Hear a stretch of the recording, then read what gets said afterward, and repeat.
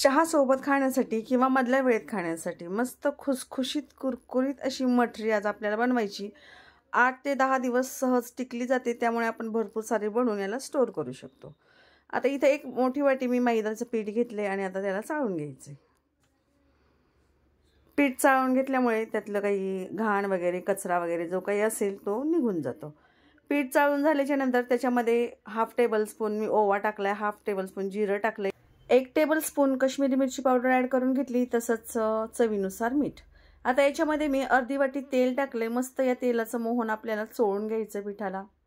तेलाचं मोहन टाकल्यामुळे मस्त खुसखुशीत अशी मठरी तयार होते. तेलाऐवजी तुम्ही तुपाचं देखील मोहन घालू शकता, मठरीला चव चांगली येते.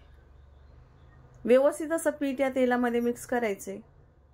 तेलाचं जे मोहन आहे ते परफेक्ट झाले ते कसं ओळखायचं, तर या पद्धतीने असा मुटका तयार करायचा.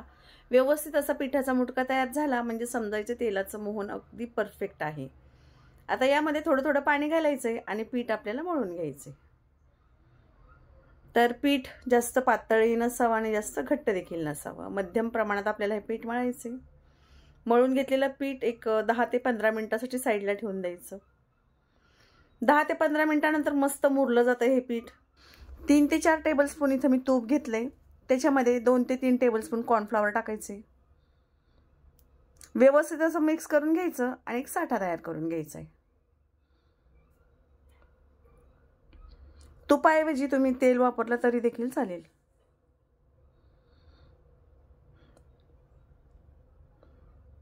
व्यवस्थित असं मिक्स करून घेतलं की मस्त साठा तयार होतो या पद्धतीने. आता तयार झालेला साठा साईडला ठेवून देऊया आणि पीठ पुन्हा एकदा मळून घेऊया. पीठ मळून घ्यायचं आणि त्याचे 5 भाग तयार करायचे. एकसारखे 5 भाग आपल्याला इथं तयार करून घ्यायचे आहेत आणि त्याच्या पोळी लाटून घ्यायची आहेत. उरलेलं पीठ एक साईडला झाकून ठेवून द्यायचं आणि आता याच्या पोळ्या तयार करून घ्यायच्या. पोळी लाटताना ती पातळ नसावी जास्त आणि जास्त जाड देखील नसावी, मध्यम प्रमाणात आपल्याला ही पोळी तयार करून घ्यायची.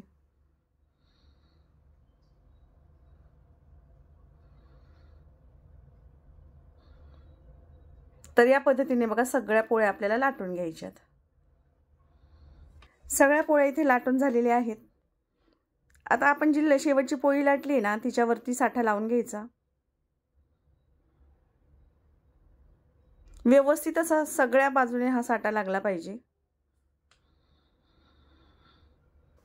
साठा लावून झाल्याच्या नंतर पुन्हा दुसरी पोळी त्याच्यावरती ठेवायची आणि त्या पोळीला देखील साठा लावायचा.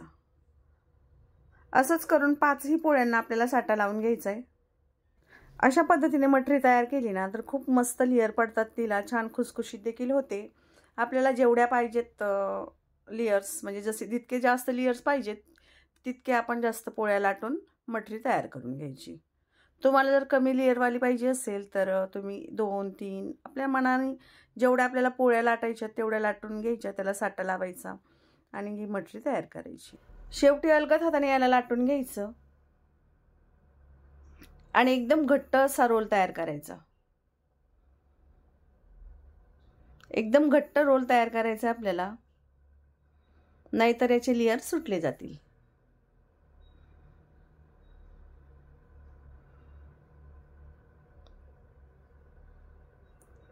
या पद्धतीने घट्टसर रोल तयार करून झाला की आपल्याला याला कट करून घ्यायचे. जेवढ्या साईजची आपल्याला मठरी हवी आहे, म्हणजे छोटी किंवा मोठी, त्या पद्धतीने याच्या लाट्या तयार करून घ्यायच्या, छोट्या किंवा मोठ्या. खूप मस्त लेअर पडतात, मस्त खुसखुशीत देखील होतात. तर सगळ्या रोलच्या मी लाट्या तयार करून घेतल्यात. एक लाटी घ्यायची, त्याला मधल्या बाजूने प्रेस करायचं, फक्त एवढंच काम करायचं म्हणजे लेअर चांगले पडतात. जास्तीचा दाब न देता अलगद हातानेच आपल्याला याला प्रेस करायचे. लाटताना देखील अलगद हातानेच लाटून घ्यायचे म्हणजे याचे लेयर्स जशीच्या तशीच राहतात. अलगद हाताने थोडंसं लाटून घ्यायचे.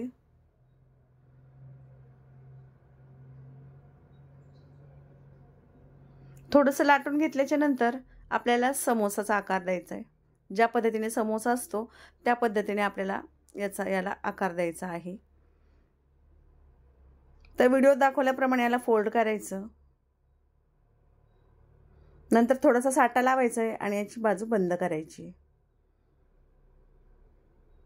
तेल टाकल्याच्या नंतर खूप मस्त खुलले जातात सगळे लेयर, एकदम परफेक्ट असे दिसायला लागतात. खारीसारखे मस्त खुसखुशीत देखील होतात आणि 15 ते 20 दिवस टिकतात. त्यामुळे आपण भरपूर साऱ्या बनवून स्टोर करून ठेवू शकतो आयत्या वेळेत खाण्यासाठी. चहा बरोबर मस्त स्नॅक्स आहे. खारी खाण्यापेक्षा आपण या पद्धतीने मटरी तयार करून घ्यायची, खूप भारी लागते. तर उरलेल्या पिठाच्या मठऱ्या आपण याच पद्धतीने तयार करून घेऊया. बनवायलाही सोपं आहे. नुसतं फोल्ड करायचे आणि बाजू बंद करायची एक साईडची.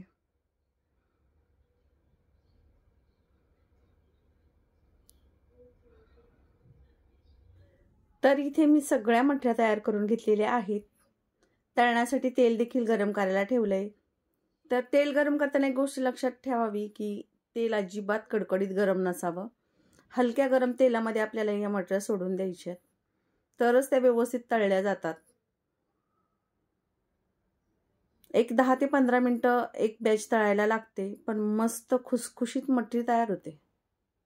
तेल अजिबात गरम नाहीये, हलकं गरम तेल आहे. जेवढ्या बसतील कढईमध्ये तेवढ्या मी याच्यामध्ये सोडून देणार आहे.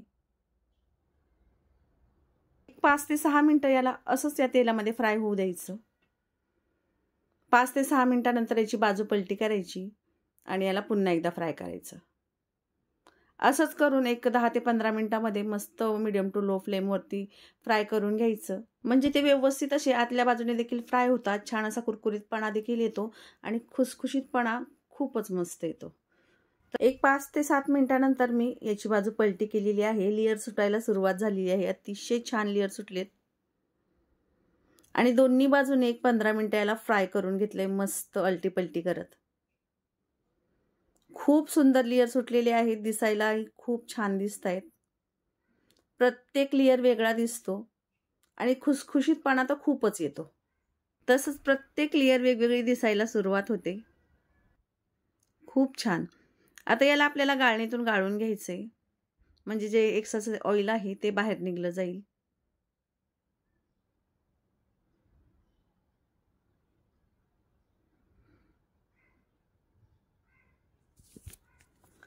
बाकीच्या उरलेल्या नाश्ता देखील मी याच पद्धतीने तयार करून घेतलेला आहे आणि आता त्याला देखील फ्राय करून घ्यायचे. तर इथं सगळ्या मठऱ्या मी तयार केलेल्या आहेत. खूप मस्त खुसखुशीत झाल्यात. लेयर पण बघा अतिशय सुंदर दिसत आहेत, प्रत्येक लेयर वेगळा. आपण याला तोडून पण बघूया. मस्त खारीसारखे खुसखुशीत झालेत. मस्त गरमागरम कडकडीत चहा आणि त्याच्याबरोबर खुसखुशीत अशी मटरी खूप भारी लागते, अगदी खारीसारखीच. नक्की ट्राय करा. व्हिडिओ आवडला असल्यास लाईक, शेअर, त्याचबरोबर माझ्या चॅनलला सबस्क्राईब करायला विसरू नका.